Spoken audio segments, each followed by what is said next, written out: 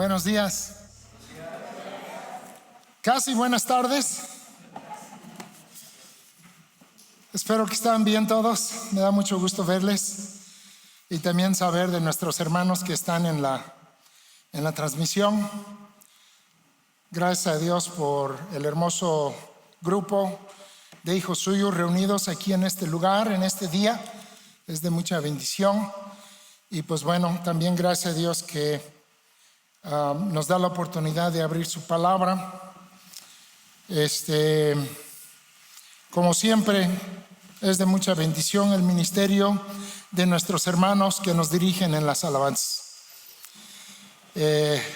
Han predicado ya con esos cantos. Iba a decir, ya predicaron mi sermón, pero más bien yo espero en mi sermón predicar lo que ustedes compartieron. Entonces, que el Señor nos ayude, que podamos exaltar a Cristo y reafirmar esas grandes verdades que hoy estuvimos escuchando sobre la proclamación de su persona y su obra del Señor Jesucristo, y que quienes tenemos la gracia de Dios y la dicha de creer en Él, tenemos el perdón de pecados. Así decía claramente uno de los cantos. Gran bendición, hermanos. Espero que estemos conscientes de las grandes verdades y tan importantes. Un día nos vamos a dar cuenta qué tan importantes son.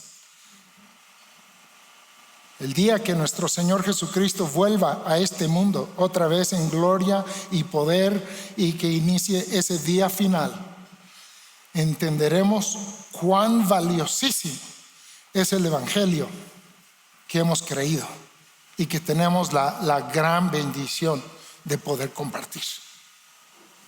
Su valor lo vamos a entender entonces. Por un lado, lamentablemente, como decía en su poema el hermano Murray McCheyne, solo hasta entonces comprenderemos cuánto le debemos a nuestro Dios, cuán grande es nuestra deuda por el gran amor y por la gracia de Dios. Pues muy bien, pues queremos seguir. Sé que algunos tal vez pensaron que se iban a librar de mí el día de hoy. Ni modos. Aquí estamos. Gracias a Dios, al estar platicando con el hermano Matt sobre el mensaje y la porción de la escritura que estuvimos estudiando el domingo pasado, nos dimos cuenta que realmente había faltado bastante sobre ese párrafo y sobre ese tema, y yo también sentía que no había compartido completo lo que necesitábamos estudiar en cuanto a ese texto.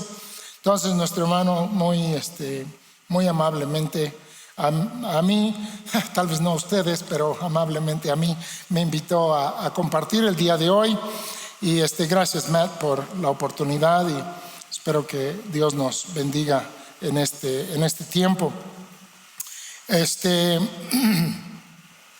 Estamos estudiando Mateo capítulo 16 y vamos a regresar básicamente a la misma situación que vimos el domingo pasado. Entonces, si no pudiste estar en ese mensaje y si no lo escuchaste, realmente van a haber cosas hoy que tal vez no puedes conectar bien, porque no vamos a volver a enseñar todos y vamos a repasar un poco de la semana pasada, pero animo a los que no lo hayan escuchado, no lo hayan visto. Está en Facebook, está ahí en los cultos de la iglesia. Busquen el de la semana pasada y denle un repaso. Hay algunas ayudas visuales y también la introducción geográfica, también de las personas, política y del momento. Entonces, sí les animo a que lo busquen. Sin embargo, sí vamos a releer nuestro texto.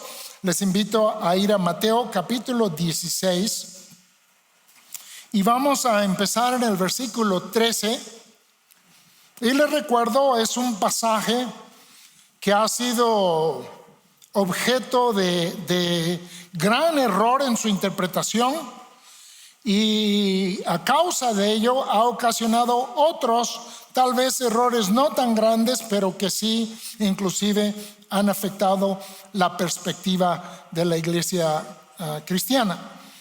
Pero oramos que el Señor nos lleve guiados por su Espíritu Santo para entender la verdad de su palabra, para exaltar a Cristo, exaltar su palabra, ser edificados y con ello poder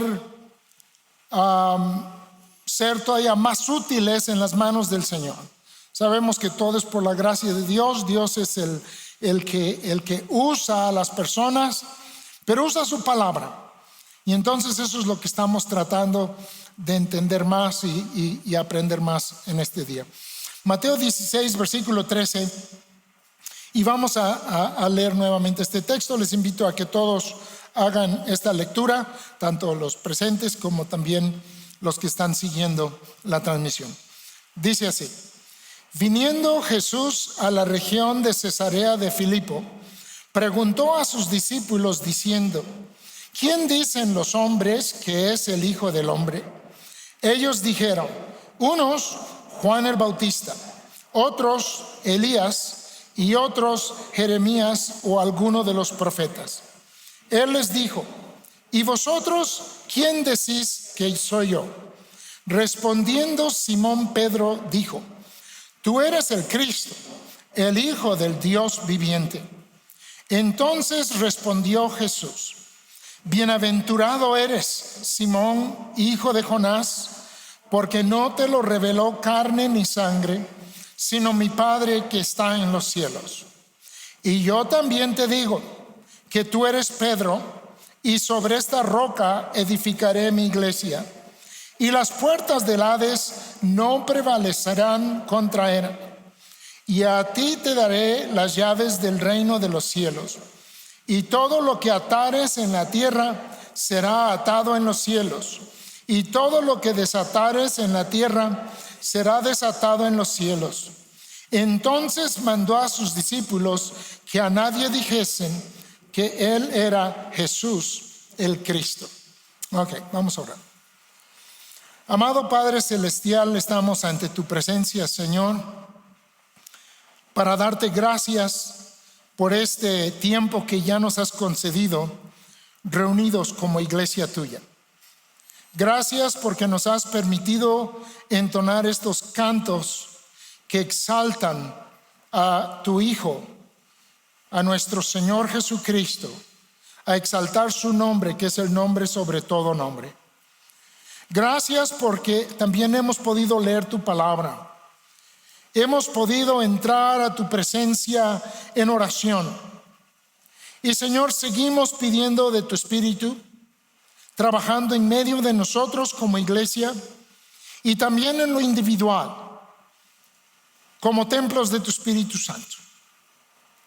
Señor, que tú sigas haciendo la obra, sigas edificando tu iglesia, que tú sigas hablando en nuestras vidas.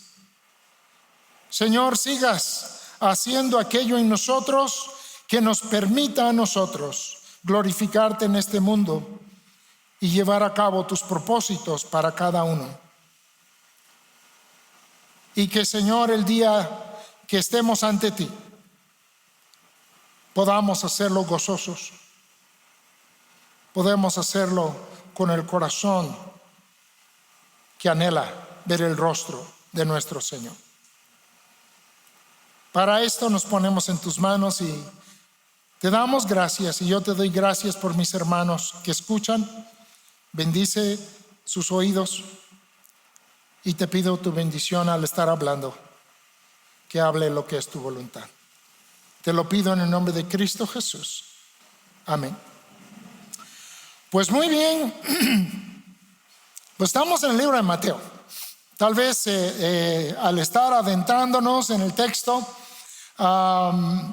podemos en ocasiones perder de vista el panorama grande que hemos estado repitiendo en nuestros mensajes desde aquella vez que empezamos con el Sermón del Monte. No tengo la fecha, no sé si alguien la tiene a la mano, pero ya tiene rato.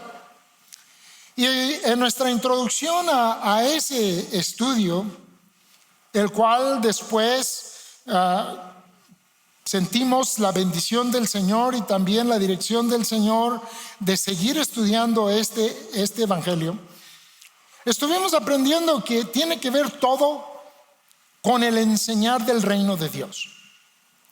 Aprendíamos que Mateo en su evangelio tiene esa cualidad muy destacada de estar recalcando esa enseñanza, que Jesucristo es el Rey. ¿Sí? Es el Rey. En el término judío o en el término hebreo, el Mesías. En el término griego, Cristo. Todas son palabras que nosotros usamos en nuestro adorar, en nuestro hablar, en nuestro estar ante la presencia de Dios. Jesús es nuestro Mesías. Jesús es nuestro Cristo. Jesús es nuestro Rey. ¿Sí? No, estamos en su reino. Nos postramos ante Él. Mateo en el Sermón del Monte nos enseñó cómo era este reino. Y nos encontramos con cosas que eran muy diferentes a lo que nuestras ideas de un reino terrenal son. ¿Sí? Y eso es parte de nuestra lucha para entender la palabra de Dios y las declaraciones de Cristo. Es que chocan directamente con lo que para nosotros es natural. ¿Sí? Ya sea democracias, ya sea autoridad impuesta, ya sea todas estas cosas. Pero el reino de Cristo, el reino de Dios, viene y pone todo de cabeza. El menor es el mayor. El que sirve es el que está realmente haciendo la obra de Cristo. Cristo es Rey y establece su reino desde una cruz clavado. Es el fundamento de su reino. Sin la cruz no hay reino. Esto es lo que Pablo después diría para los judíos: esto es tropezadero. Y para los que no son judíos, para los griegos, pues es una locura. ¿Cómo me dices que tu Rey muere humillado de la peor forma? Pues sí. ¿Y saben qué? Es el único reino que va a durar para siempre y siempre. Y dice el profeta que todos los reinos del mundo serán reinos de nuestro Señor. Así como lo ven.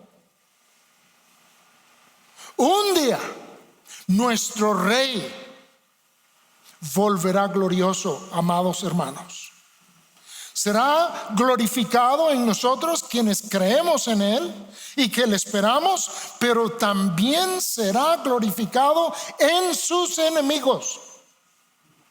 Ese día todos van a confesar lo que tú y yo hoy cantamos con tanto gozo, con tanto amor como hijos de Dios, que Cristo es nuestro Rey, que Él es el Señor. Ese día lo van a declarar todos. Los que hoy se burlan, los que hoy hacen filosofía contra ello, los que hoy niegan la veracidad de la palabra de Dios, los que niegan la existencia de Dios, los que sirven a otros dioses, todos reconocerán que Jesús es el Señor. Jesús es el Rey. Mateo tiene que ver con esto. Nos está presentando el reino de Dios. Todo este texto que acabamos de leer tiene que ver con el reino de Dios y su desarrollo, su fundación. Jesús está, decíamos en nuestro estudio de la semana pasada, Jesús está preparando a sus discípulos. Les está enseñando, les está enseñando, les está enseñando. Son lentos para aprender como nosotros. Son lentos. Les tiene que repetir las cosas. Tiene que duplicar los milagros. Tiene que triplicar las exhortaciones. Todavía no entienden. Todavía no entienden. Sus actitudes son como la de sus enemigos. Cuidado con la levadura de los fariseos, vimos en nuestro mismo capítulo. Les advierte y nos advierte también. Había en ellos demasiado de ese sentir. Y aún ahora en este pasaje tan extraordinario y en donde escuchamos palabras tan increíbles relacionados inicialmente al apóstol Pedro y después a todos los apóstoles, y de ahí aprendíamos que de toda la iglesia. Unos versículos más adelante, ustedes lo pueden ver ahí en sus Biblias, Pedro va a recibir una cachetada de cachetadas. Nada más ni nada menos le va a decir el Señor Jesucristo: quítate de delante de mí, Satanás.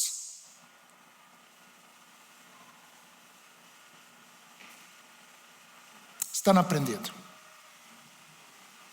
¿Por qué? Porque no había entendido cómo era el reino de Dios, no habría entendido cómo Jesús iba a establecer su reino. De hecho, amados hermanos, los discípulos realmente, estas enseñanzas que fueron importantes,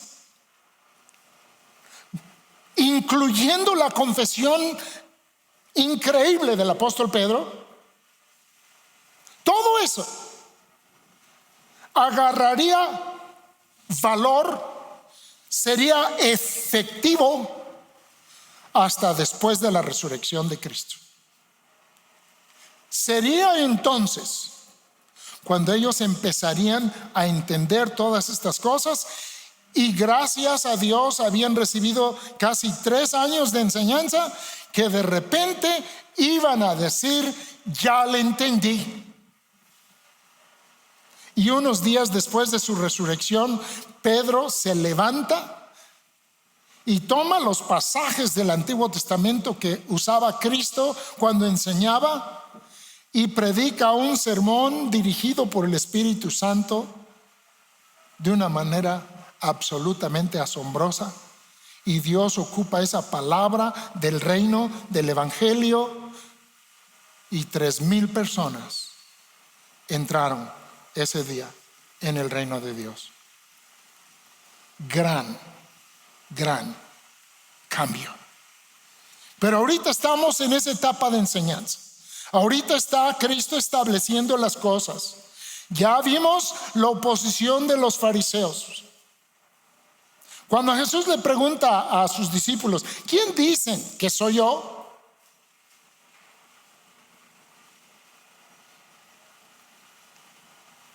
No dijeron lo que habían dicho algunos fariseos.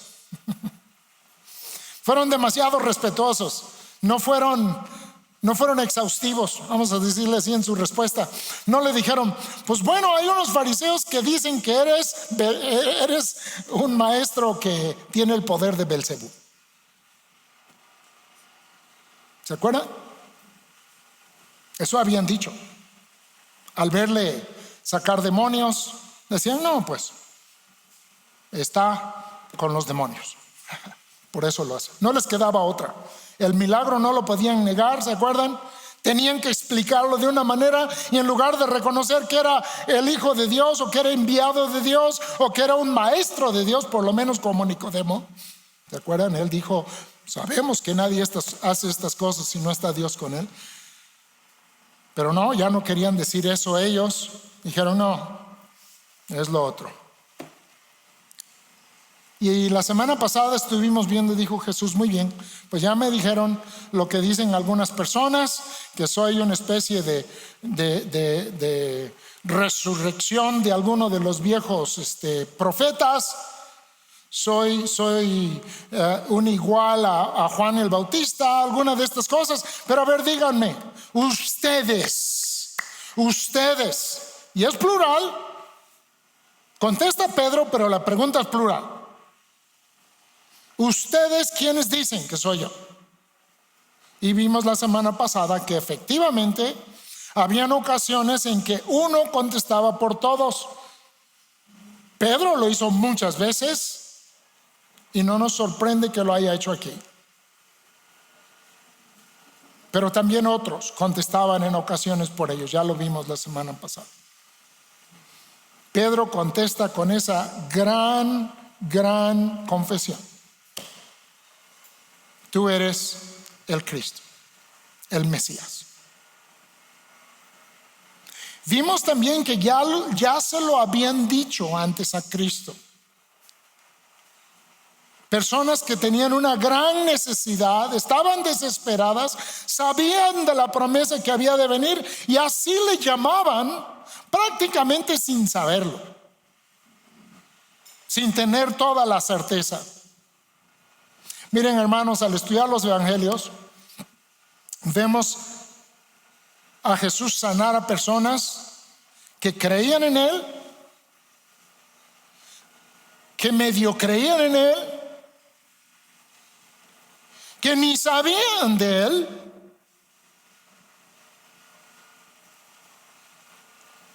Él es el Señor.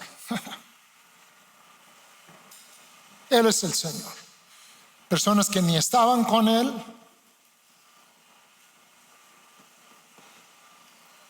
pero ahora sí hay una confesión que está diciendo, está afirmando dos cosas bien importantes. Tú eres el Rey prometido a los padres. Eres aquel a quien hemos estado esperando por siglos. El Mesías, el libertador. Y como ya les dije, todavía no entendía bien ni su propia confesión. O sea, no entendía bien cómo sería el reino de Cristo. Tenía ya bastante claro quién era Jesús, porque luego le dice: tú eres el Hijo ¿de quién? Del Dios vivo o del Dios viviente. Él había ido un paso más allá. Sabía que era el Rey prometido y había entendido lo que también enseñaban las escrituras del Antiguo Testamento, que el Rey prometido sería el mismo Hijo de Dios. Y Él lo expresa. Pero todavía no entiende bien su obra y todavía no entiende el reino de Dios. Y el Señor sigue enseñando. Y fue después de la resurrección en que lo entenderían plenamente. Tan plenamente que, inspirados por Dios y el Espíritu Santo, nos dice la palabra de Dios que hablaron llenos del Espíritu Santo. Y hablaban, si ustedes observan los mensajes de Pedro en el libro de los Hechos, y les animo grandemente a que lo hagan, lean esos sermones, esos mensajes, y están repletos de pasajes del Antiguo Testamento, todas aplicadas a Cristo. Ahí está un curso de teología bíblica para quienes les guste. Busquen los pasajes citados del Antiguo Testamento en Hechos, en el Antiguo Testamento, y busquen hacer la conexión y cómo apuntan hacia Cristo. Eso es lo que hacen. Y lo hicieron porque Cristo les estuvo enseñando. Les estuvo enseñando y les estuvo enseñando y les estuvo enseñando. ¿Cuánto más necesitamos estudiar nosotros? Porque no tenemos de maestro al Señor Jesucristo.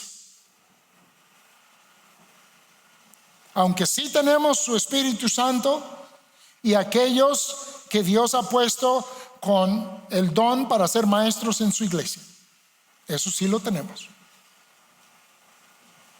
Pero imagínense, ¿cuánto tiempo nos bastará para estudiar y aprender de la palabra de Dios?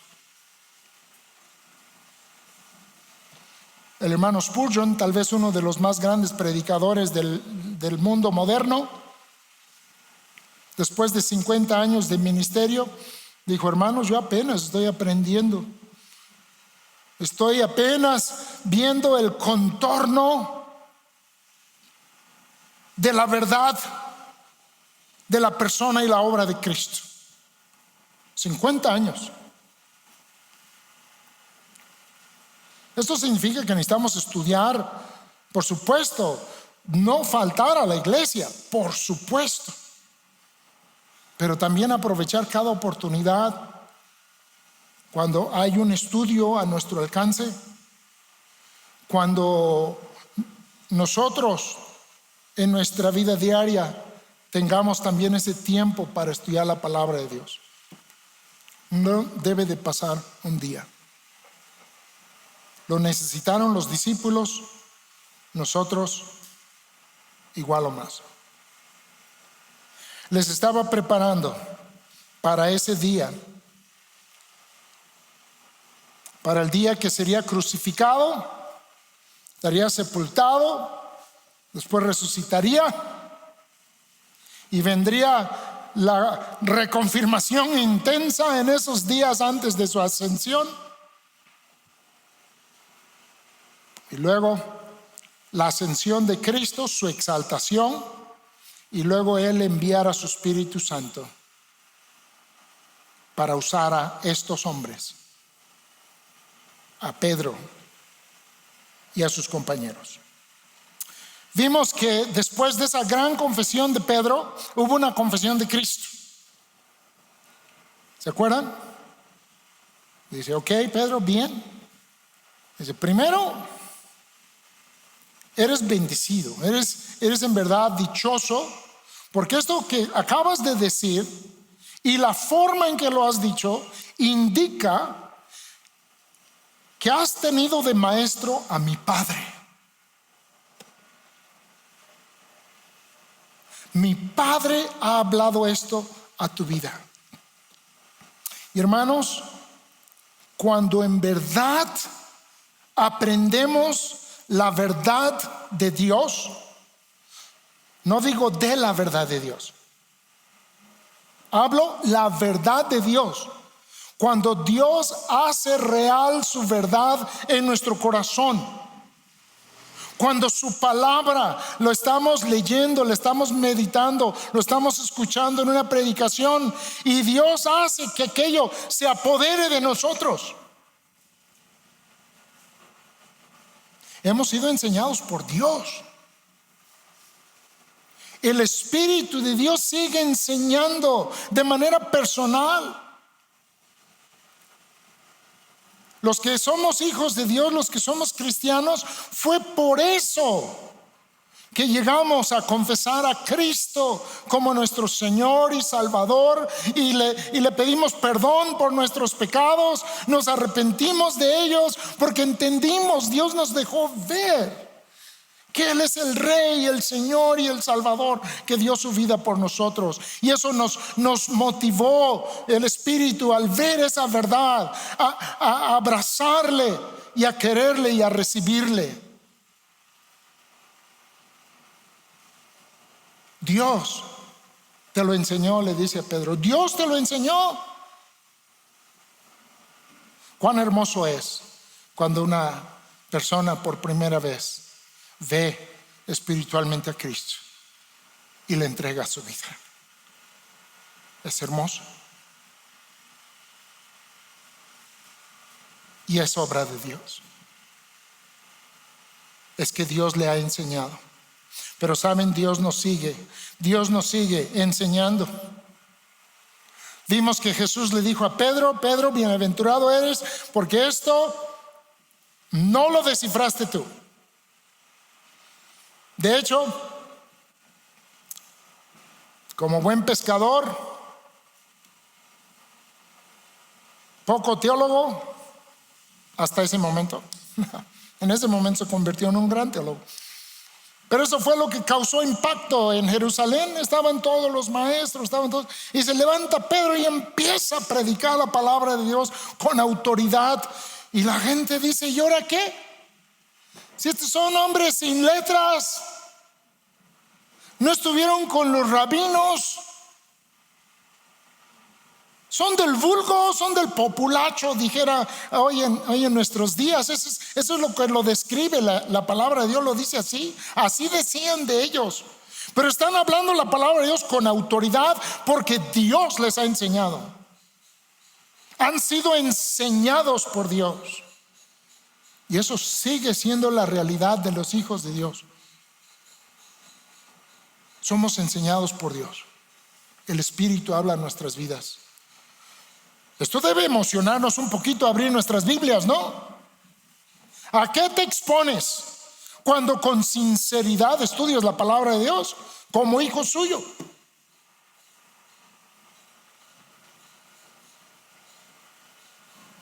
Pues a nada menos que lo que pasó con Samuel al estar ahí, ¿verdad? En la presencia de Dios. Samuel, al estar leyendo la palabra del Señor, al estar meditando en ella, Dios va a poner en tu corazón convicciones que se van a volver decisiones y que van a ser acciones para la gloria de Dios. ¿Por qué? Porque vas a ser enseñado por Dios. Pero si estamos desnutridos espiritualmente, raquíticos de la palabra de Dios, casi sin fuerza para levantar nuestras manos espirituales, y nuestros pies están doblados y estamos saliéndonos del camino, ¿cómo vamos a avanzar el reino de Dios? Hermanos, este pasaje es grande porque nos enseña el gran valor de la palabra de Dios. La confesión de Pedro representa la proclamación del Evangelio. Representa la esencia de todas las Escrituras. El Antiguo Testamento, todo lo que apuntaba hacia la persona de Cristo.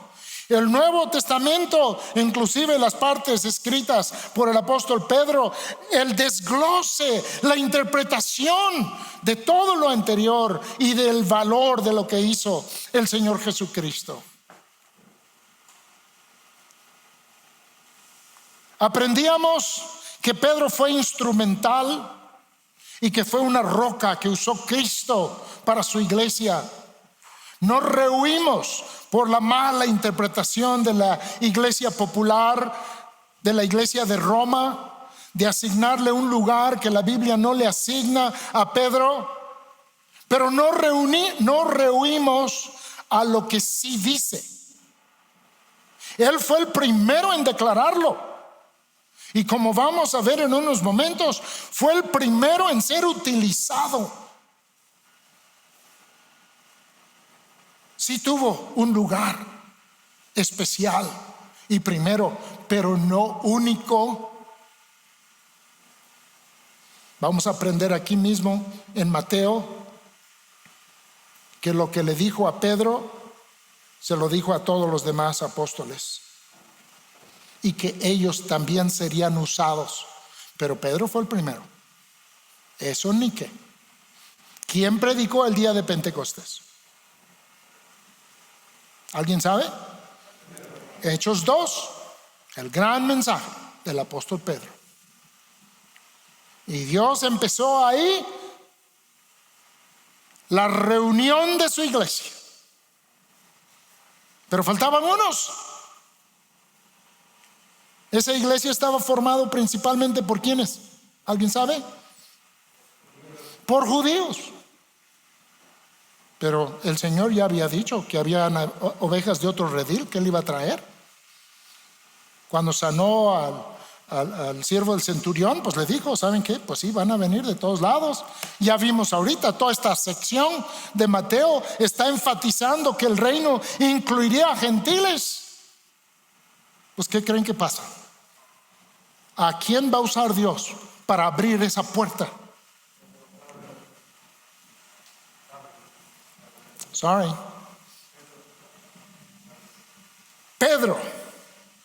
Pedro va a recibir una visión. Y Dios va a mandar de los gentiles unas personas a buscarlo. Va a haber ahí una intervención hasta angelical. ¿Por qué? Porque Pedro les va a anunciar el evangelio de manera ya oficial a los gentiles. Por supuesto que después Pablo será el apóstol a los gentiles, pero el que abre la puerta, Pedro. Y el que explica lo que pasó y le dice a los hermanos en Jerusalén, en la iglesia, que ya estaban entrando algunos al reino de Dios que no eran judíos. ¿Saben quién da la explicación? Pedro. Da la explicación porque se la requieren. No la dio como el líder de la iglesia. De hecho, no era el líder de la iglesia. Y le piden cuentas. Explícanos esto de que hay gentiles que tú estás aceptando como herederos del reino. A ver cómo está eso. Pedro les explica. Y la conclusión fue, pues recibámoslo. Bienvenidos nuestros hermanos gentiles a la iglesia.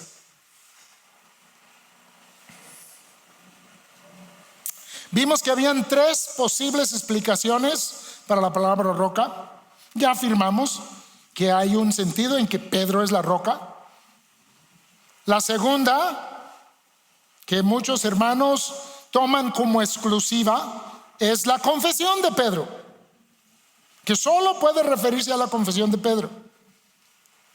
Por lo que estamos ya diciendo ahorita, y si se acuerdan de lo que ya leímos hace unos momentos en este texto, la confesión de Pedro sola no es la roca. Y la otra era que el Señor Jesucristo estaba hablando de sí mismo como la roca. Y el domingo pasado aprendíamos que todos estos son ciertos. Que efectivamente la confesión de Pedro es aquello que hace de Pedro la roca, pero que también hará que los demás apóstoles sean rocas. Pero que todos ellos, si no están cimentados en lo que la Biblia llama la piedra principal del ángulo, la gran roca, que es el Señor Jesucristo, se cae. Pero ¿por qué no es Cristo hablando de sí mismo aquí en este pasaje? Pues en primera, porque Él dice, yo edificaré mi iglesia sobre esta roca. La lectura natural de este texto no tendría a Cristo declarando de esa manera que Él se iba a edificar a sí mismo sobre sí mismo.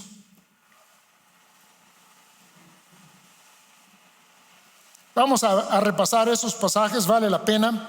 Efesios 2:20.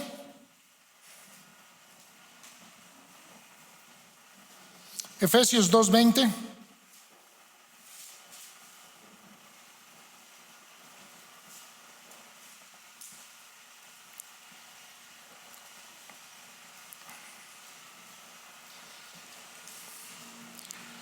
Ahora sí nos vamos directo al versículo 20. Dice, edificados sobre el fundamento de los apóstoles, ¿sí? Ahí está una cimentación, y profetas, siendo la principal piedra del ángulo, ¿quién? Jesucristo mismo. Ahora los invito a ir al libro de Hebreos. Lo mencioné la semana pasada, pero hoy queremos verlo. Hebreos capítulo 2.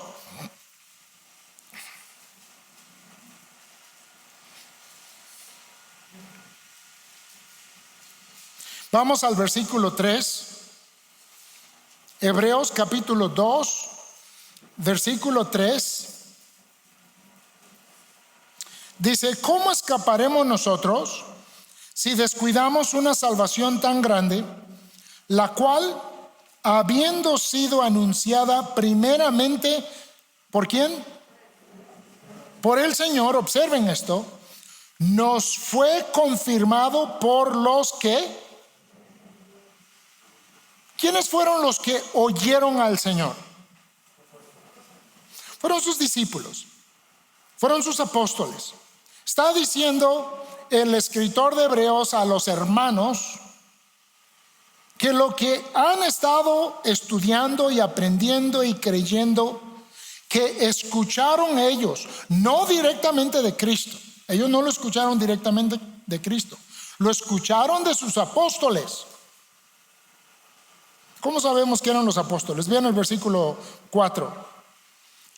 Testificando Dios juntamente con ellos con señales y prodigios y diversos milagros y repartimientos del Espíritu Santo según su voluntad. Esto está describiendo la gran abundancia de milagros en los primeros días de la iglesia y de la proclamación del mensaje del evangelio. El escritor de Hebreos está diciendo, lo que esos apóstoles dijeron, sabemos que fue palabra del Señor, de Cristo, porque Cristo testificó juntamente con ellos. Ahora tal vez ya están observando que el texto no dice exactamente así. ¿Qué dice? Que Dios testificó juntamente con ellos. Cristo ya no estaba. Cristo ya había ascendido al Padre. Pero era Cristo a través de su Espíritu Santo, amados hermanos. Era Cristo a través de su Espíritu Santo, amados hermanos. Los veo así como que no han agarrado bien. Hechos capítulo 1. Hechos capítulo 1.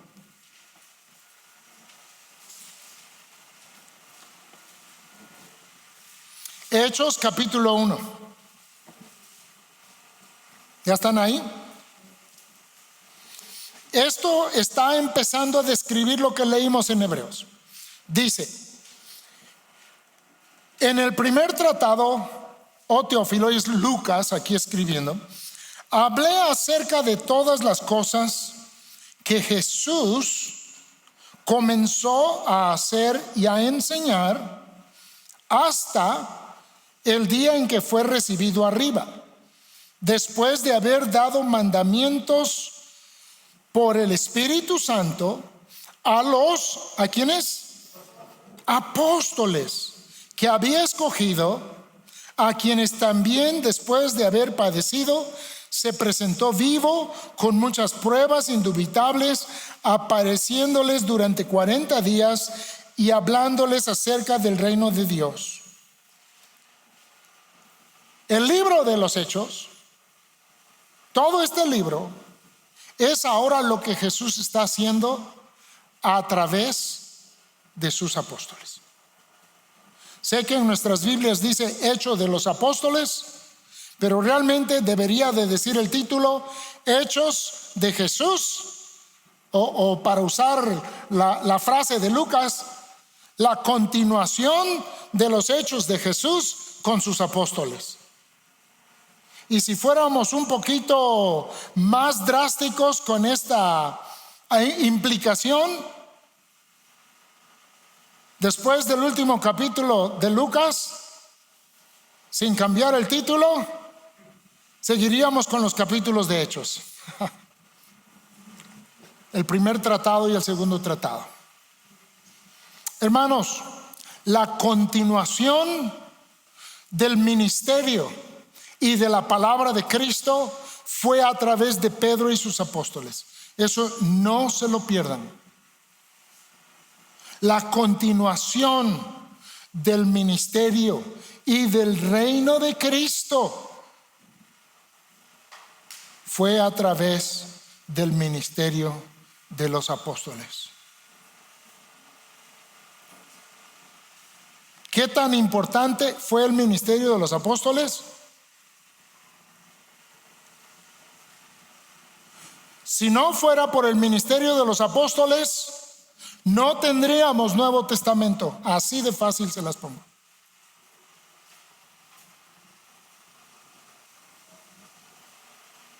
Los evangelios y el Nuevo Testamento están ahí gracias al testimonio de los apóstoles de Cristo, amados hermanos.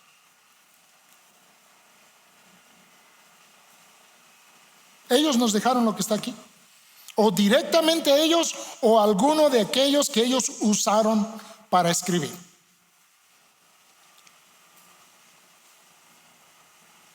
¿Qué tan importante? Pues es sobre esto, sobre lo que Cristo va a edificar su iglesia. Allá en nuestro texto otra vez en Mateo, vamos de nuevo.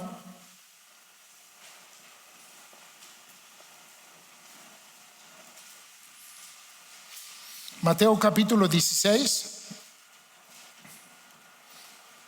versículo 18,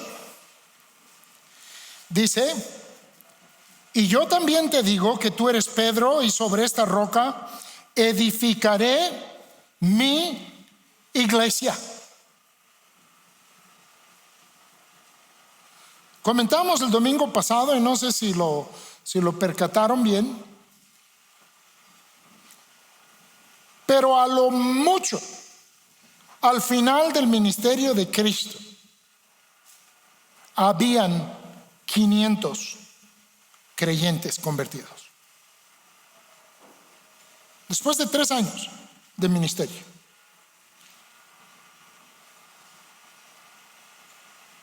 Después del primer sermón de uno de sus apóstoles, 3,000. Y después 5,000.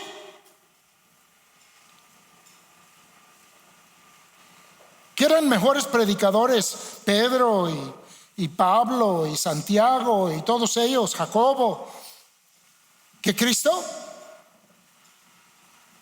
No, por supuesto que no. ¿Tenían un mejor contenido sus mensajes que el mensaje de Cristo? No. Lo que tenían era la palabra de Cristo, de la vida de Cristo, de la obra de Cristo, de la resurrección de Cristo, del reino de Cristo. Hablaban de Cristo resucitado por el poder de Dios, de acuerdo a las Escrituras. Es Cristo el que está trabajando a través de sus apóstoles, dejando su palabra, dejando el evangelio y todo lo que tiene que ver con el evangelio, el mensaje.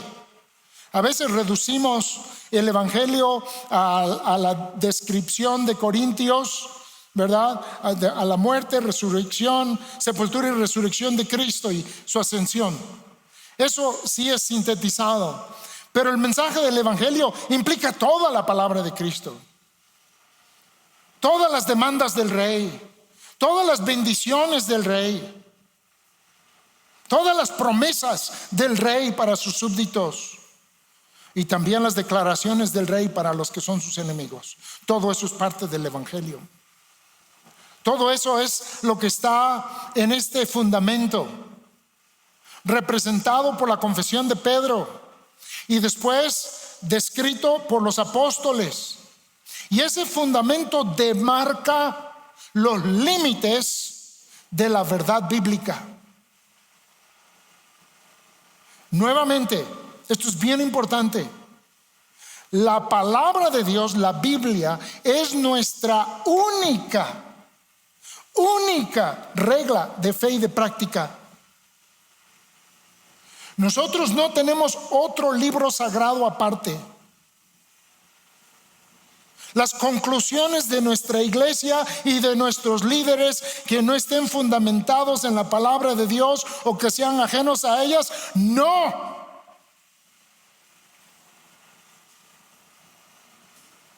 Las decisiones de concilios para nosotros no tienen el valor de la palabra de Dios, a menos de que estemos hablando del concilio de Jerusalén que relata el libro de los Hechos. Hermanos, todas las religiones del mundo tienen sus libros y sus escrituras que dicen ellos tienen el mismo valor que la palabra de Dios, pero ¿saben qué? No tiene el mismo valor. Para ellos tiene más, porque la palabra de Dios no permite que alguien que crea en ella acepte otra autoridad. O aceptas que la palabra de Dios es la palabra de Dios, o no la aceptas. No te da opción. La palabra de Dios es exclusiva. Entonces los concilios del Vaticano, las palabras ex cátedra del Papa, las revelaciones de santos y quién sabe quiénes más, para nosotros no tienen ningún valor. La palabra de Dios, sea Dios veraz y todo hombre mentiroso. La palabra. En la palabra hay todo lo que necesitas para ser salvo. Hay todo lo que necesitas para vivir la vida cristiana.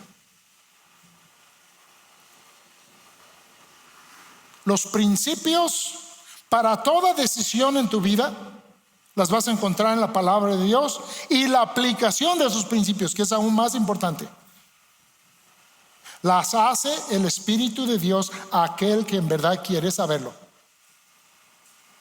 Es que no sé si esto está bien. La palabra que dice. No, pues es que no dice nada.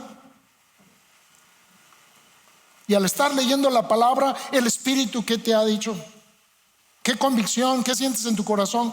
No, pues al que sinceramente busca guiar su vida por la palabra de Dios, creyendo en el Dios de la palabra y creyendo en Cristo como su Señor y Salvador, tendrá la lámpara fiel a su camino. Tendrá esa lumbrera que necesita. Tendrá esa voz que le susurra, no te vayas a la derecha ni a la izquierda, vete derecho. Te va a hablar Dios en la relación con Él a través de su palabra. La palabra de Dios es viva.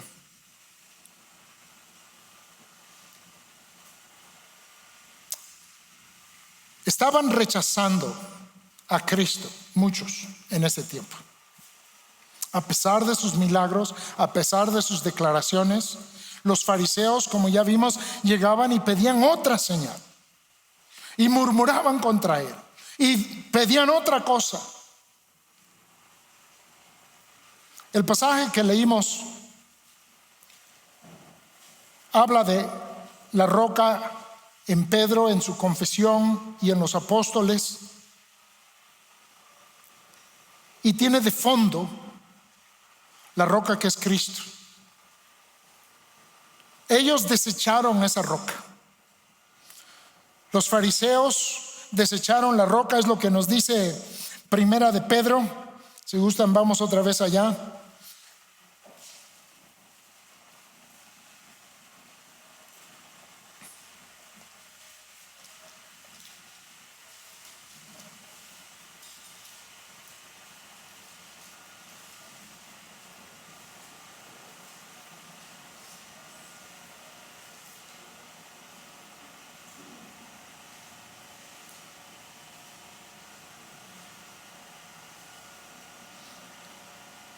Perdón, hermanos.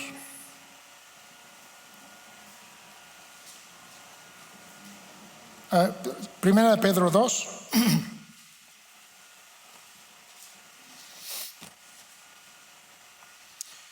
Empezando en el versículo 4. Acercándoos a él, piedra viva, desechada ciertamente por los hombres, mas para Dios escogida y preciosa. Vosotros también, como piedras vivas, sed edificados como casa espiritual y sacerdocio santo, para ofrecer sacrificios espirituales aceptables a Dios por medio de Jesucristo.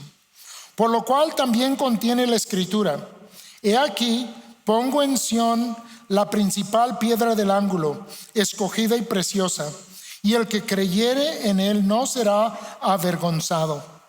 Para vosotros, pues, los que creéis, él es precioso, pero para los que no creen, esto es, y fue para los fariseos. La piedra que los edificadores desecharon. Los edificadores fueron los fariseos en tiempos de Cristo, representando la enseñanza del pueblo. La piedra que los edificadores desecharon ha venido a ser la cabeza del ángulo y piedra de tropiezo y roca que hace caer. Nos va a decir la palabra de Dios que Cristo es la roca sobre la cual somos edificados, o Cristo será la roca sobre la cual seremos despedazados.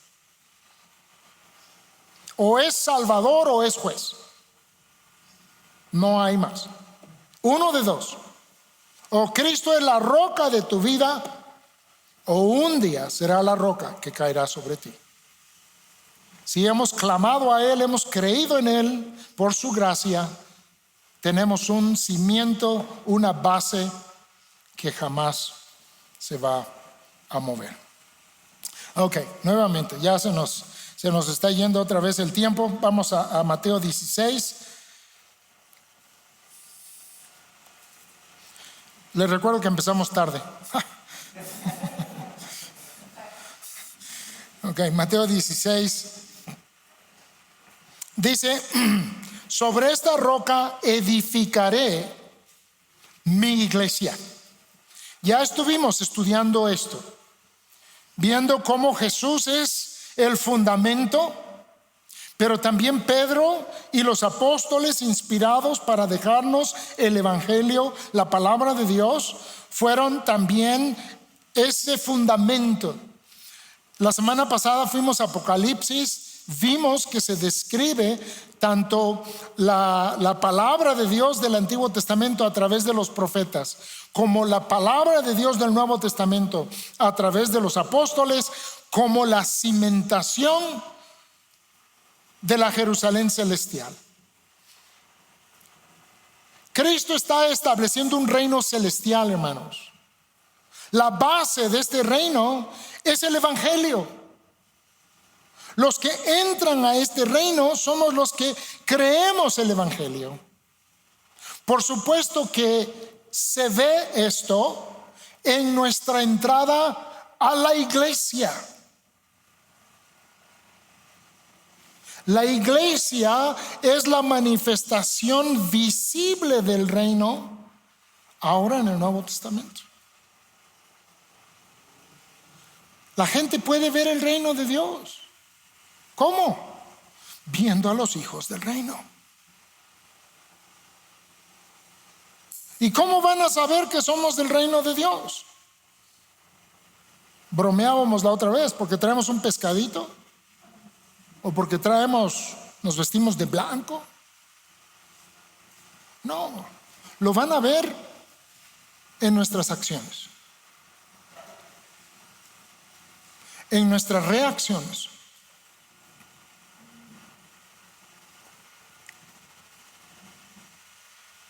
En donde demos testimonio de la gracia de Dios. Cuando practicamos la justicia en nombre de Cristo. Cuando vivimos en amor. Cuando compartimos compasión. Son características del reino. Ese es el uniforme. Una vida como la de Cristo es el uniforme del reino de Dios. Por supuesto que viene por lo que creemos. Y lo que creemos viene por la palabra de Dios. La iglesia es el hacer visible la palabra de Dios y el reino de Dios. Dice Cristo: sobre esto voy a construir mi iglesia, voy a edificar mi iglesia. Es un edificio, pero como ya hemos estado leyendo, sí tiene piedras, pero no son piedras físicas. Esto no es la iglesia, estos muros físicos. La iglesia son las piedras vivas en las que habita el Espíritu de Dios.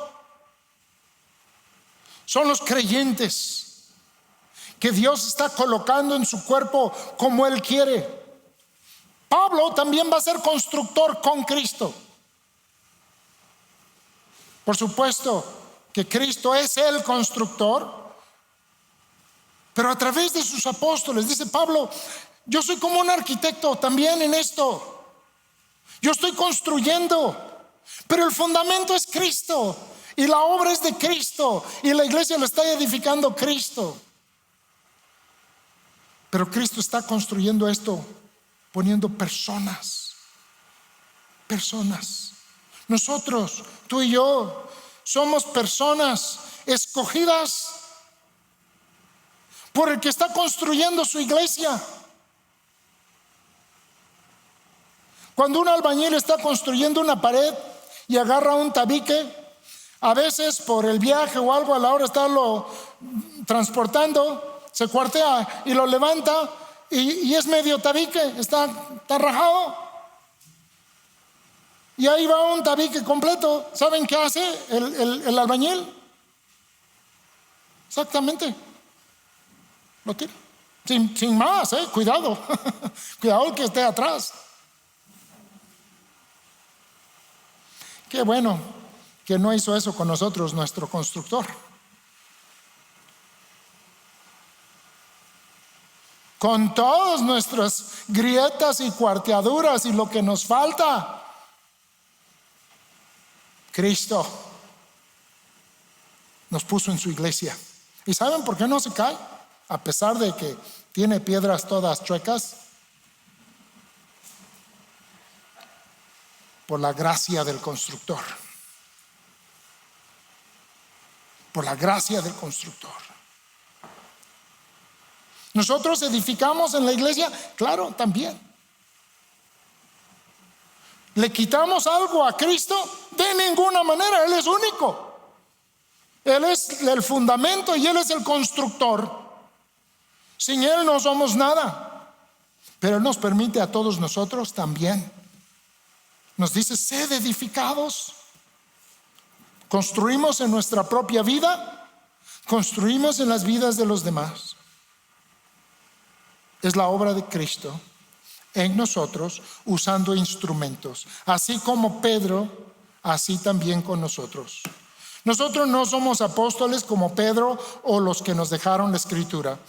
Ellos ya se acabaron, se los digo claramente. No hay una sucesión apostólica como dice la iglesia romana. De hecho, si fuera por sucesión, le tocaría a Juan después de Pedro, porque él vivió mucho tiempo después de Pedro y no le dieron ese lugar a Juan. Y menos a Pedro. Hasta su propia tradición dice que murió crucificado de cabeza. Nada de obispo de Roma, nada de príncipe de la iglesia, nada de esas cosas. Pero los apóstoles del Señor tuvieron su tiempo. Leímos en Hebreos que Dios los usó, testificó juntamente con ellos. Hubo una abundancia de milagros porque estaban dejando lo que creemos tú y yo hoy en día. Se lo estaba dejando a Pedro, se lo estaba dejando a los otros apóstoles para que yo y tú lo tuviéramos hoy. Dios dijo, esto que ellos están diciendo es la verdad de mi Hijo Jesucristo, yo lo testifico con ellos. Lo que aprendimos ahí en Hebreos capítulo 2. Él está edificando su iglesia, dice, y las puertas del Hades no prevalecerán contra ella. Cristo está construyendo su iglesia y esta iglesia va a perdurar. ¿Lo creen? Aquí estamos, año 2021.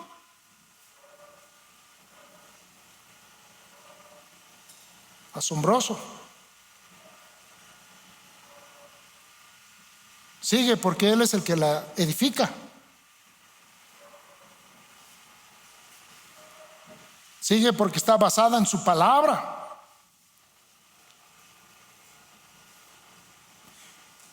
¿Se acuerdan que hablamos de ahí de Cesarea de Filipos? Que era un centro de paganismo terrible. y que había un lugar ahí que llamaban la puerta del Hades o la puerta del infierno.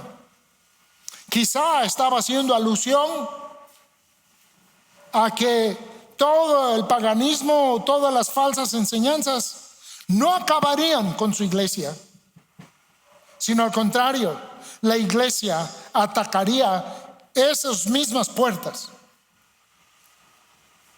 librando a personas de falsas enseñanzas y trayéndolas a la verdad de Cristo. Usualmente pensamos en puertas en una ciudad antigua como una fuente de protección, aunque en el uso bíblico también habla del poderío de una ciudad y de la autoridad de una ciudad. Cuando hablaban con alguien en la puerta, habla de la autoridad del lugar. Y tendrá las puertas de sus enemigos, significa que dominaría a sus enemigos. En ese contexto, efectivamente, hay fuerzas que se oponen a la iglesia de Cristo. Hay fuerzas que se oponen al rey. Por supuesto que Satanás está en contra de cualquier bendición para la humanidad. Este sistema mundano se opone a Cristo. Nuestros corazones, antes de conocer a Cristo, también se oponen a Cristo. Son como unas grandes puertas que tienen atrapado al pecador en su maldad y en su condenación. No las ve, por supuesto. Pero cuando viene la palabra de Cristo, rompe esas fortalezas, dice la palabra de Dios. La palabra de Cristo derriba todos los argumentos, dice Pablo en Corintios, y hace que veamos la verdad de Dios y seamos sacados, como dice Pablo, del reino de las tinieblas y seamos trasladados, dice allí en Colosenses, al reino de su amado Hijo. Efectivamente hay una oposición, pero nuestro Rey es poderoso y nosotros somos testigos de ellos. Su gracia soberana es todopoderosa y de acuerdo a sus propósitos, Él va librando esclavo tras esclavo de las garras de Satanás y de la oscuridad y del pecado, y trayéndoles al conocimiento del perdón y de la gracia y del amor y de la salvación de Dios, uno tras otro. ¿Y saben qué? Nosotros ahora participamos en esa batalla. Nosotros también participamos en el proclamar libertad a los cautivos por el Evangelio de Cristo. Nosotros podemos experimentar lo que es ver una persona salir de la idolatría y venir a confesar a Cristo como su Señor y su Salvador. Y que para esa persona no más ídolos, no más intermediarios humanos, solo el Rey, solo el Salvador, solo Cristo salva. Las puertas del Hades no prevalecerán contra ella. Les mostramos un lugar que está en ruinas, abandonado, ya no hay ningún templo pagano, pero la iglesia de Jesucristo que empezó a formarse y que estaba el cimiento de la declaración de fe de Pedro en Cristo como Señor y Salvador, sigue fuerte y triunfante hasta el día de hoy. Y aquí estamos. Como en el día de Cristo, no eran la mayoría, pero todos aquellos que hemos conocido la gracia de Dios conocemos que la palabra de Cristo ha perdurado, no ha perdido vitalidad, y que la palabra que dejó a través de sus apóstoles tienen el poder de Cristo para transformar nuestras vidas. ¿Has creído Juan 3:16?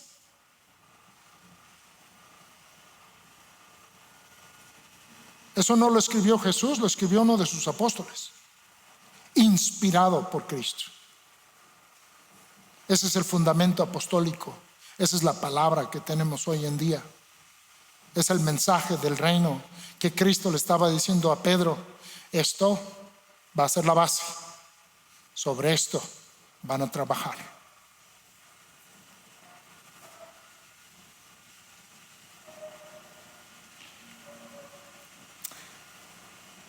Las puertas del Hades no prevalecerán contra ella. Como ustedes tal vez saben, Hades también representaba el lugar de la muerte.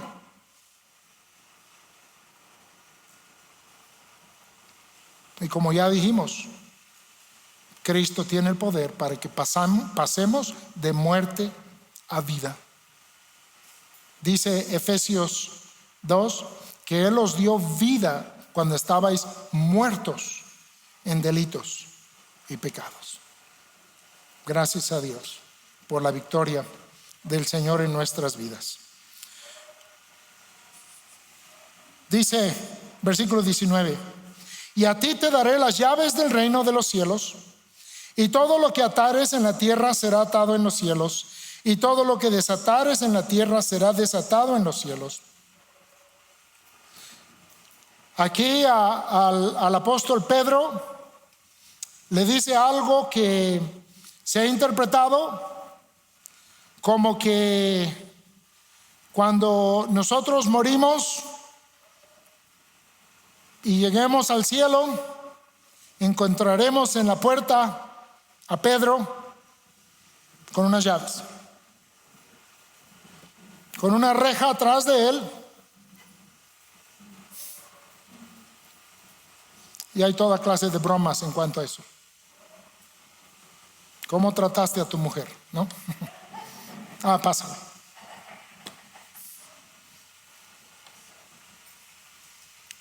Llaves representan autoridad. Llaves representan autoridad y administración. Hay un caso en la Biblia para ilustrar esto. Sé que es un poco tarde, pero vamos a verlo. Isaías 22. Isaías 22, versículo 15.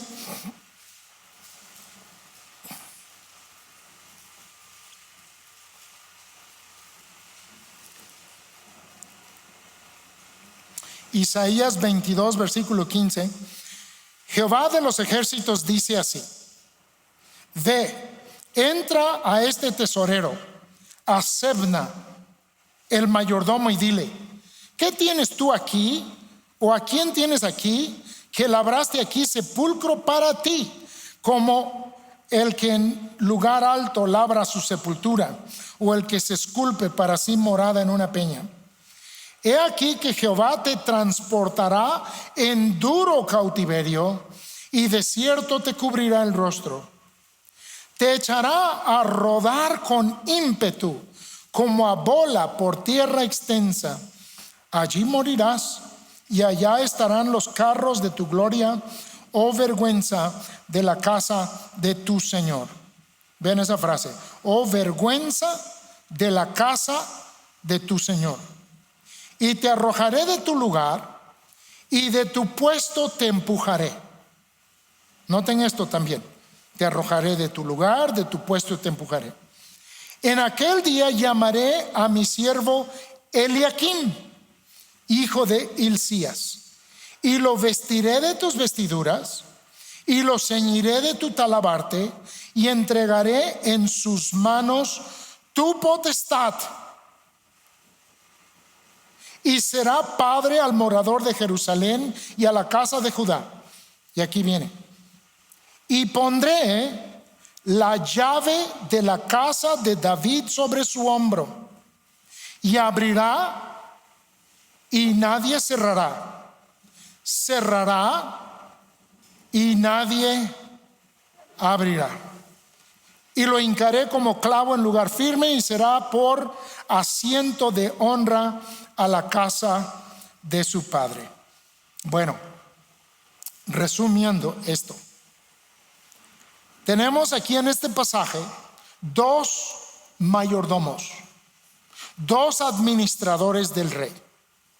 Uno que había sido perverso y malo, y que Dios mismo lo destituye.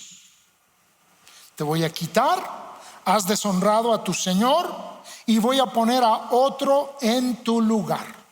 A ti te voy a hacer rodar como una bola, dice, como una pelota. Te voy a desechar y voy a poner otro en tu lugar. Le voy a poner las vestiduras de mayordomo, de administrador, de encargado, y le voy a dar las llaves de este reino. Le llama las llaves de David. Él se va a encargar de todo, lo voy a honrar y voy a poner en alto su nombre, porque él ha sido fiel. De eso se trata esta historia. Y esa es la mención de las llaves, y de que él va a abrir y que nadie va a cerrar, y que él va a cerrar y que nadie va a abrir. Él tiene la administración de la casa. Pues Jesús a Pedro, no a su confesión, a Pedro, tampoco a sí mismo, está dando las llaves. Pedro, te voy a dar las llaves, porque tú vas a abrir la puerta que nadie va a poder cerrar, y tú vas a cerrar la puerta que nadie va a poder abrir.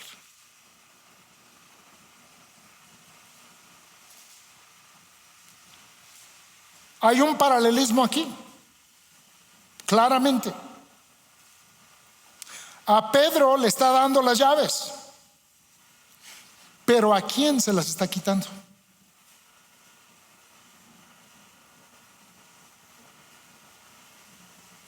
¿Alguna idea?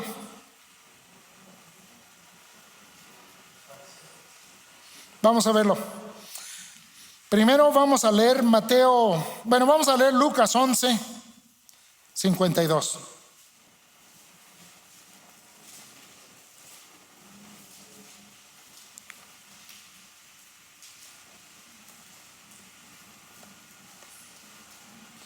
Y es cierto, son los fariseos.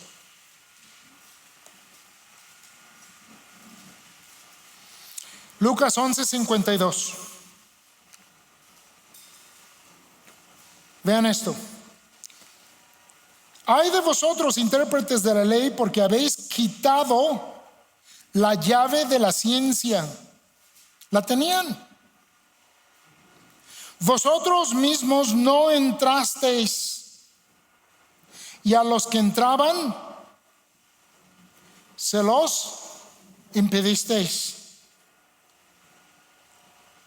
¿A quién le quedó el zapato? Dice el versículo 53. Diciéndoles él estas cosas, los escribas y los fariseos comenzaron a estrecharle en gran manera. Le está diciendo a ellos: ustedes tenían lo necesario para abrir la puerta. Ustedes tenían la palabra de Dios del Antiguo Testamento. Ustedes podían abrir a las personas el conocimiento de Dios. Pero en lugar de hacerlo, han cambiado todo eso, como hemos ya aprendido en Mateo, han cambiado todo eso por tradiciones de hombres. ¿Y qué estuvo haciendo Jesús en el Sermón del Monte? ¿Habéis oído esto? Eso no es. Pero yo os digo, dice, ustedes lo tuvieron y no lo usaron para la gloria de Dios, lo usaron para su propio bien, que resultó en el tropiezo del pueblo de Israel de creer y andar en los caminos de Dios, y que al llegar Cristo recibieran a Cristo. Dice, por eso, dice, ay de ustedes. Mateo 21, ahora de nuevo a Mateo 21, versículo 41.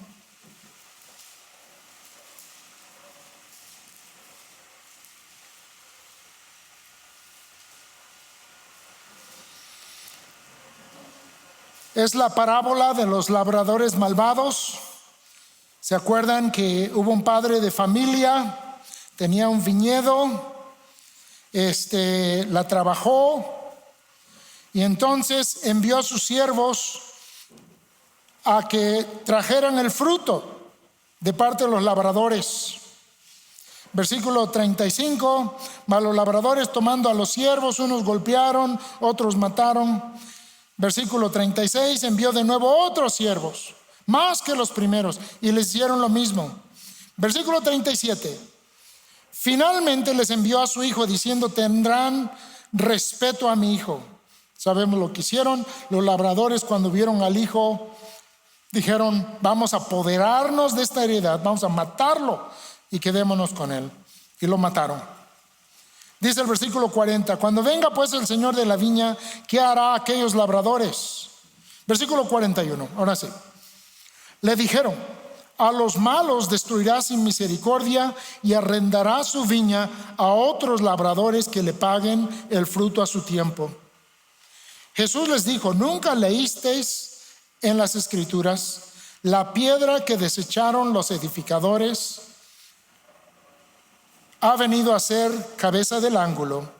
El Señor ha hecho esto y es cosa maravillosa a nuestros ojos. Por tanto os digo, escuchen esto, que el reino de Dios será quitado de vosotros y será dado a gente que produzca los frutos de él. Ustedes lo tienen.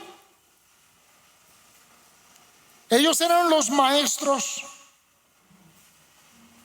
pero en conjunto, las autoridades sacerdotales y los que se encargaban de desarrollar la ley y aplicar la ley y ejecutar la ley, eran los fariseos y los escribas. Todos se opusieron a Cristo, debiéndolo haber reconocido. La piedra que Dios había puesto, ellos lo desecharon, y Dios a ellos los desechó, pero no dejó solo su reino. ¿Saben dónde lo puso? Lo estamos leyendo. A ti te daré las llaves. Pedro, en representación y con los demás apóstoles. La palabra del Evangelio. ¿Cómo lo sabemos, hermanos? El libro que acabamos de mencionar, el libro de los Hechos. Léanlo por favor. Y van a ver a Pedro y a los apóstoles, algunos diciendo, ¿quieren ser salvos? Arrepiéntanse y crean en Cristo y entren. Y a otros que rechazaban el Evangelio o que lo querían comprar, les dice, perece tú con tu dinero. La base es el Evangelio. Nosotros, hermanos, al hablar de Cristo, también estamos abriendo y estamos cerrando. quien rechaza el evangelio está efectivamente cerrando para sí la puerta. ¿Qué le decimos a una persona que no cree en Cristo? ¿Qué dice Juan? No lo decimos nosotros, lo dice Juan. El que no cree ya ha sido condenado porque no ha creído en el Hijo de Dios. Ese abrir y cerrar se da todos los días a través de la predicación del evangelio. Y hay personas que entran y hay personas que se quedan afuera. En base a esta declaración, tú eres el Cristo, el Hijo de Dios viviente. Efectivamente, la declaración de Pedro abre y cierra, no por él, por la persona a la que él está enfocando.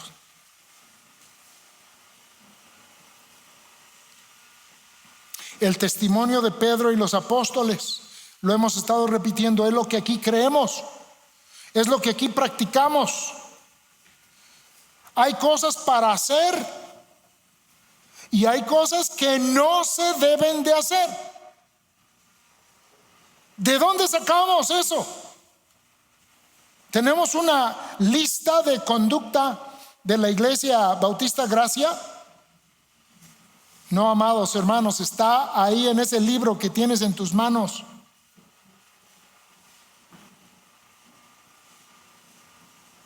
Lo que está atado en término rabínico que se usaba en el día del Señor Jesucristo significa lo prohibido.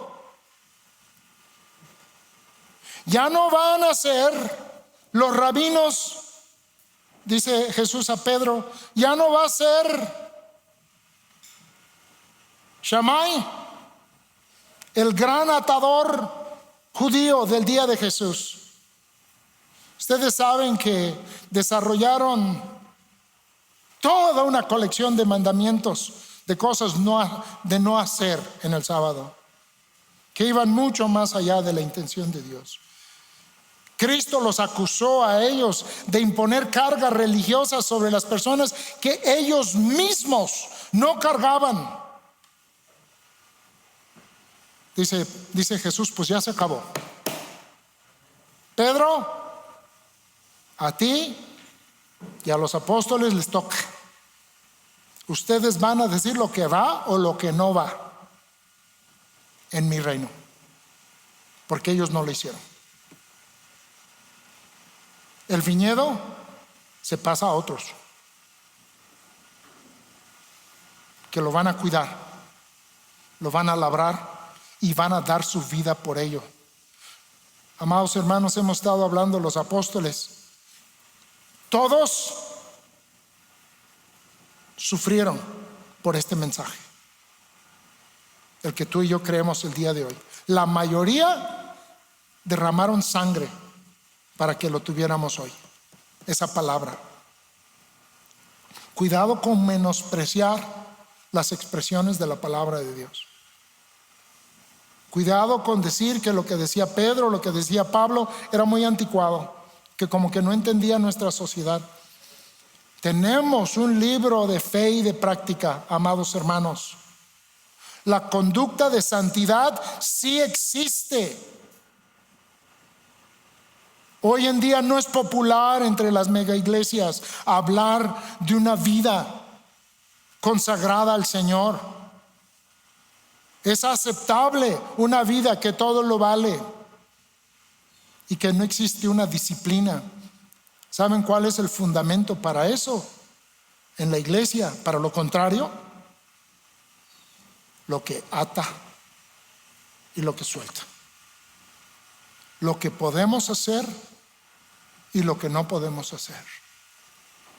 Lo encontramos en el testimonio de los apóstoles. Ahí está. Los que somos del reino de Dios, tenemos un rey a quien obedecer.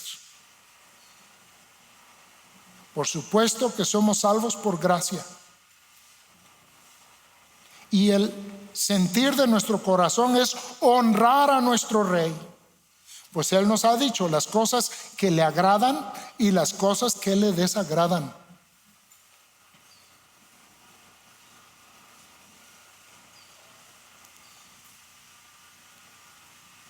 Lo que quiere de sus líderes. Es necesario que el obispo sea irreprensible, marido de una sola mujer, no dado al vino. Esas indicaciones, ¿de dónde las recibimos? Es el atar y el desatar. No, pues entonces no podemos comer carne de puerco. ¿Por qué decimos que no? Que sí. Porque ahora el que tiene las llaves ya no es Shammai o Gilel, ahora es Pedro. Y Cristo le dijo a Pedro: no llames inmundo a lo que yo he santificado. Por supuesto, no ofendas a otros con lo que comes. Hazlo en este espíritu, atando y soltando, atando y soltando. ¿Ya ven por qué necesitamos aprender la palabra de Cristo? Hay mucho que necesitamos. Primeramente el Evangelio, el que abre o que cierra. Y luego el atar. Y la aprobación de lo que enseñamos, si es de acuerdo a la Escritura. Nuestra autoridad no está en nosotros mismos. Nuestra autoridad está en el cielo. Grandes palabras. Y por eso debemos de cuidar que estemos en la palabra de Dios. Y que eso sea lo que estamos enseñando, aprendiendo, obedeciendo y no otras cosas.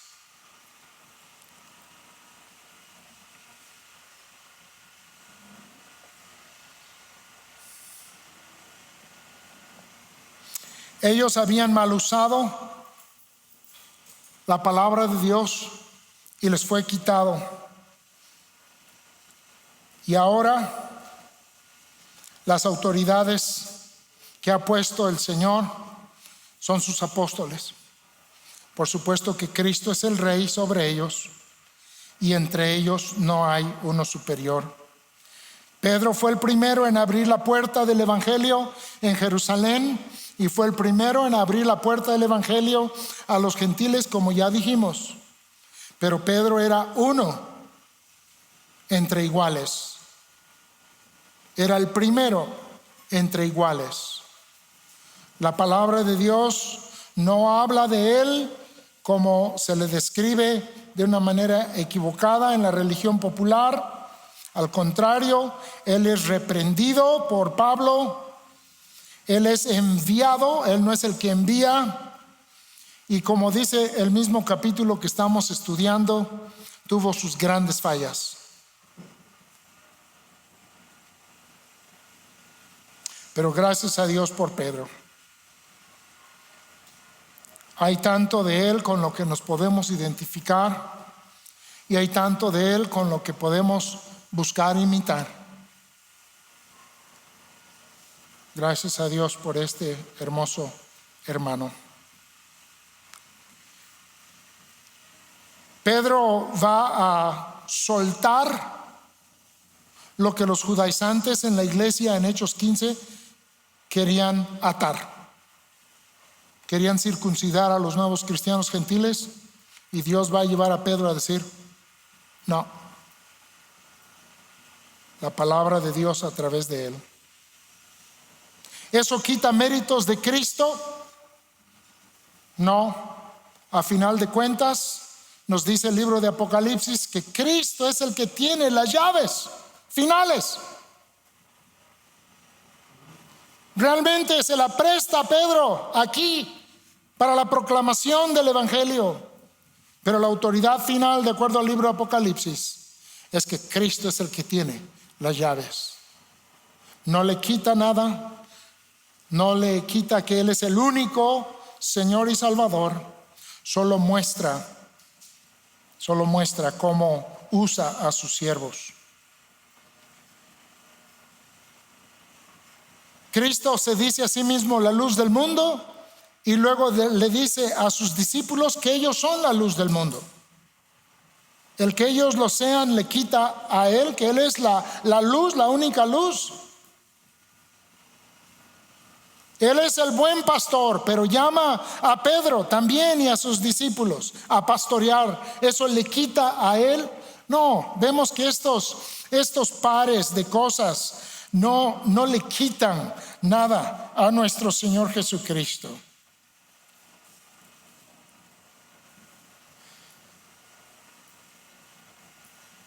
Jesús es el que hace su iglesia. Él es el que construye la iglesia. Él es el Señor de la iglesia.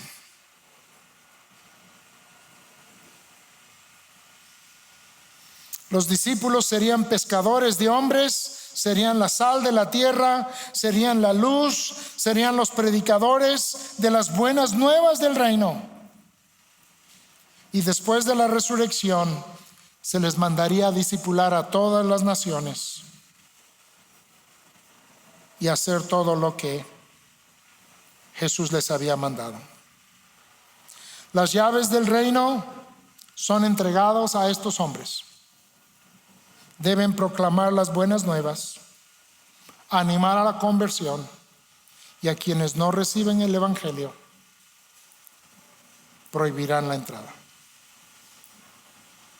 Todo lo que abres se abrirá, nadie lo cerrará, y todo lo que cierras, nadie lo abrirá. El testimonio apostólico, el testimonio de la palabra de Dios es la base de todo. Tenemos que estudiar la Biblia, amados hermanos.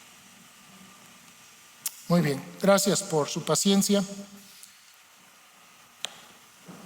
Espero que el Señor permita que crezcamos en nuestro entendimiento de estos pasajes que no son fáciles de interpretar, y que podamos seguir creciendo para la gloria de Dios.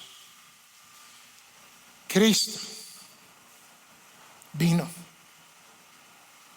inauguró su reino, fundándola en la entrega de su vida en la cruz del Calvario.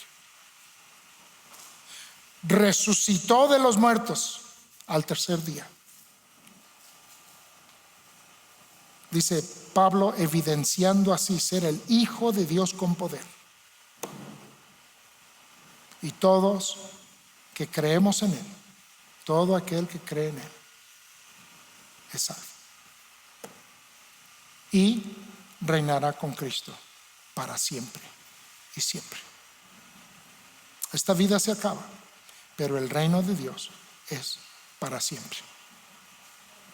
Que el Señor les bendiga, amados hermanos.